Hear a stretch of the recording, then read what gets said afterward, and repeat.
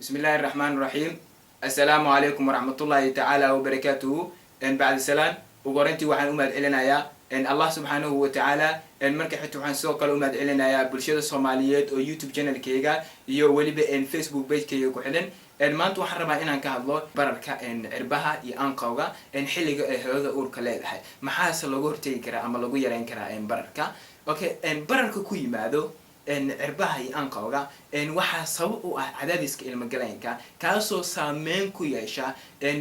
unugyada wareega dhiiga si gaar ah waxay yimaadaan bilaha dambe uurka ay yimaadaan marka bararkaas ku yimaada cirbaha iyo anqowga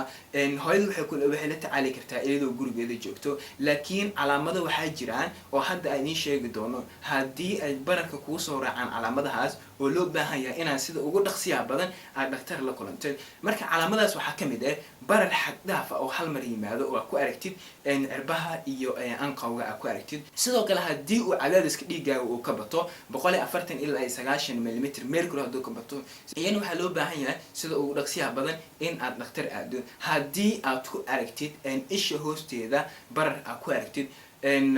waa calaamad oo waxay muujinaysaa inay khatar jirto iyana waxaa loo baahan yahay in aad dhaqtar aadid bararka waa sidaas oo kale sidee ugu hortagi kartaa waxaa loo baahan yahay lugahaaga in aad markaas seexanaysid lugahaaga inaad sare u qaadid oo yani aad ka sarmarisid madaxa inaad ka sarmarisid ayaa loo baahan oo meel yar aad ku tiirisid sidoo kale waxaa loo baahan yahay inaad mar walba dhaqaajisid lugahaaga ama aad socsocotid cuntooyinka cunaysidna waa in aad ku yareysaa bilixda aad ku yareysaa iyana waa muhiim inaad ku yareysid sidoo kale ma ahan waxa iska ilaalinaysaa inaad xiritid dharka oo boodaha ama cajaraha kaaga dhagan waa iska ilaalinaysaa sidoo kale waxaa wanaagsan inaad xiritid sharbad ama sagsaamad oo lugahaaga ku dhagan sida oo fuluudka jirkaaga oo balance u noqdo sidoo kale waa inaad ka fogaataa lugahaaga inaad isa saaratid oo sidaan oo kale inaad samaysid kale ha xiranin